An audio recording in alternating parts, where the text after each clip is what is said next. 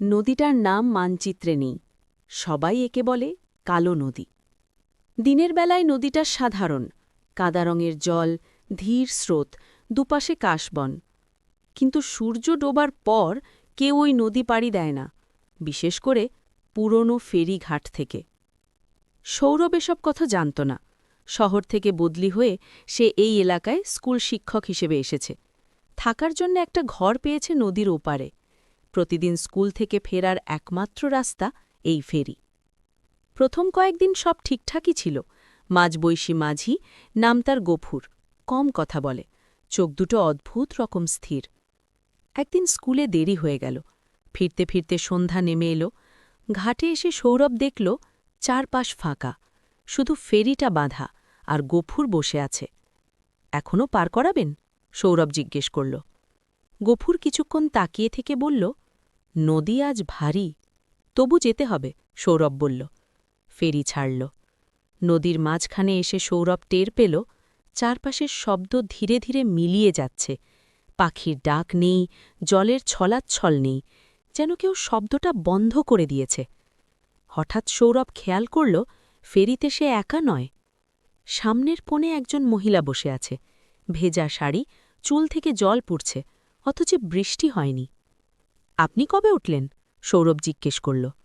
মহিলা মাথা তুলল, মুখটা ফ্যাকাশে, চোখ দুটো অস্বাভাবিক বড়। আমি নামার জন্যে বসে আছি, সে বলল। নামার?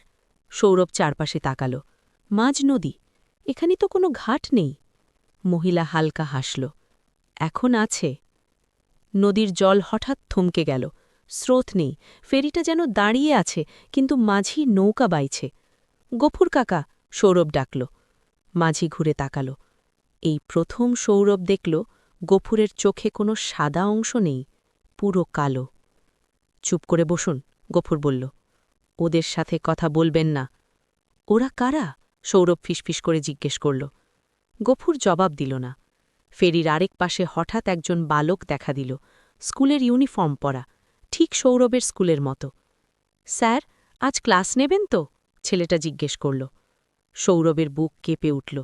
তুমি তুমি এখানে কিভাবে? ছেলেটা মাথা নিচু করল। আমি বাড়ি ফিরতে পারিনি। জলের ভেতর থেকে এবার হাত উঠতে লাগল, একটার পর একটা।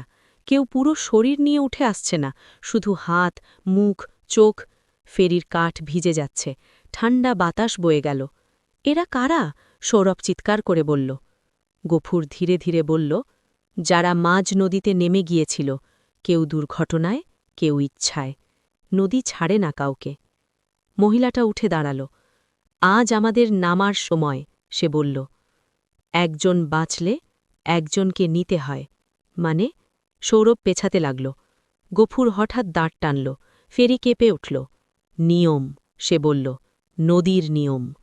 মহিলাটা সৌরভের দিকে হাত বাড়াল, হাতটা বরফের মতো ঠান্ডা। একটু সময় দাও, সে বলল, তারপর তুমি যেতে পারবে। সৌরভের মাথায় হঠাৎ গ্রামের লোকজনের কথা মনে পড়ল। কেন সন্ধ্যার পর কেউ ফেরি ধরে না? আমি থাকব না, সৌরভ চিৎকার করে দাঁড়ের দিকে ঝাঁপিয়ে পড়ল। গফুর চোখ বড় করল। পাগল হইছ? ঠিক তখন দূরে আজানের শব্দ ভেসে এলো, ক্ষীণ কিন্তু স্পষ্ট। নদীর জল নড়ে উঠল, হাতগুলো ডুবে যেতে লাগল। ছেলেটা পিছিয়ে গেল, মহিলার মুখ বিকৃত হয়ে উঠল। না, সে চেঁচাল। ফেরি হঠাৎ জোরে এগিয়ে গেল, পরের ঘাটে ধাক্কা খেল। সৌরভ দৌড়ে নামল, পেছনে তাকাল। ফেরিতে কেউ নেই, গফুরও না। পরদিন সকালে গ্রামে খবর ছড়াল। রাতে পুরনো ফেরিঘাটে একজন নতুন শিক্ষক অজ্ঞান অবস্থায় পাওয়া গেছে।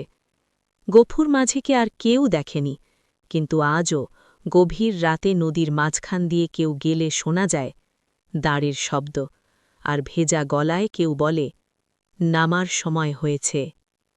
কালো নদী এখনও ফেরি চালায়, শুধু যাত্রী বদলায়।